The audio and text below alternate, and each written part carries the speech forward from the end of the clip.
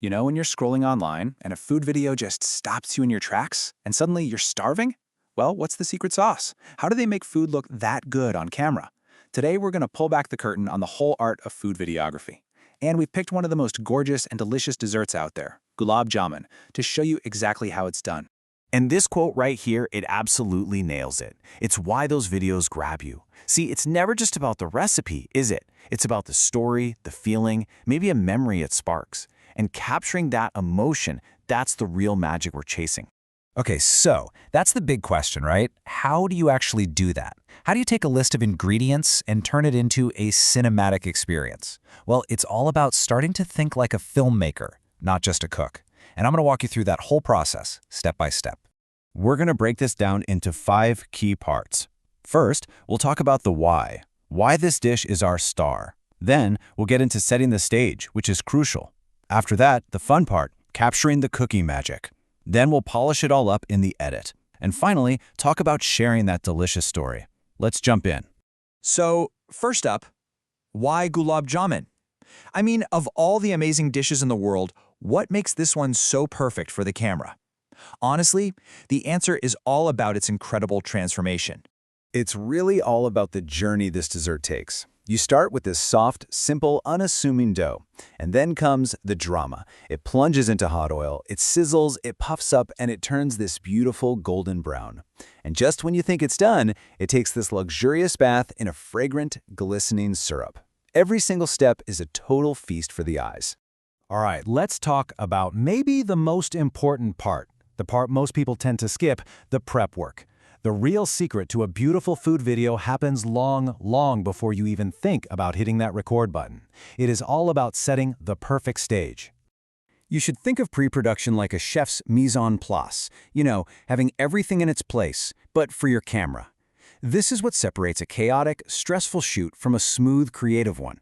It's where you plan your shots, figure out your light, and get all your ingredients ready for their big close-up.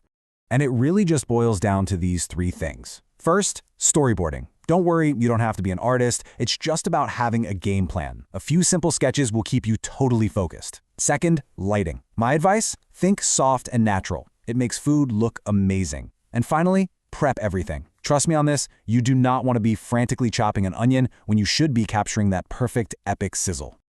Okay, the plan is locked in.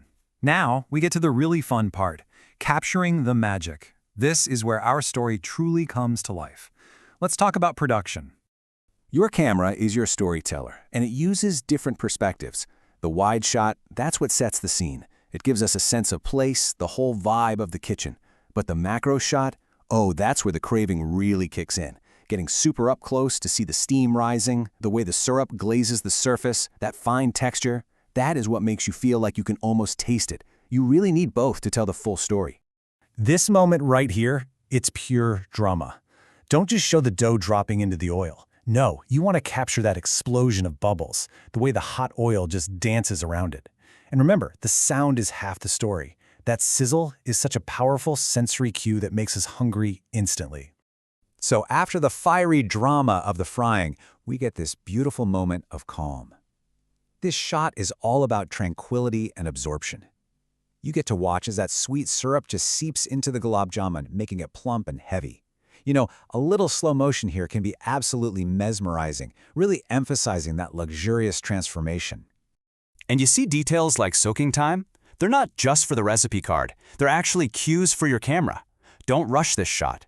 Let the viewer have a moment to see that change happen, to watch the gulab jamun become saturated and glossy. It's how you visually screen delicious without saying a word. And now for the grand finale, the hero shot. This is your money shot, the one everyone's going to remember. Think really carefully about your composition, your garnishes, and especially your lighting. A little bit of backlight here can make that syrup glisten and just make all the little details pop. This is the image that's going to make everyone hit that save recipe button. But look, shooting is only half the battle. The story truly comes together in the editing room. This is post-production. It's where you take all that raw footage and you shape it into a polished, compelling video. A really great food video edit comes down to 3 things. First, pacing.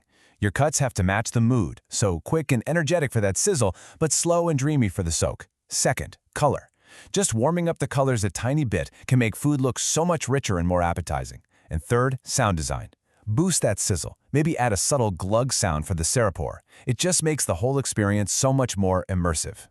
So we've gone through all the technical stuff, but what's the one thing you should really remember? It's this. You're not just shooting a recipe. You are telling a story. This really is the heart of it all.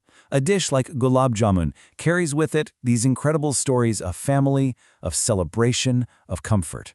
Your camera is more than just a machine. It's like a translator, turning all those feelings and that history into visuals that anyone, anywhere can connect with. At the end of the day, every kitchen is a potential studio, and every single recipe is a potential script. All the techniques we've talked about today, those are your tools. So, the only question left is, what delicious story are you going to tell?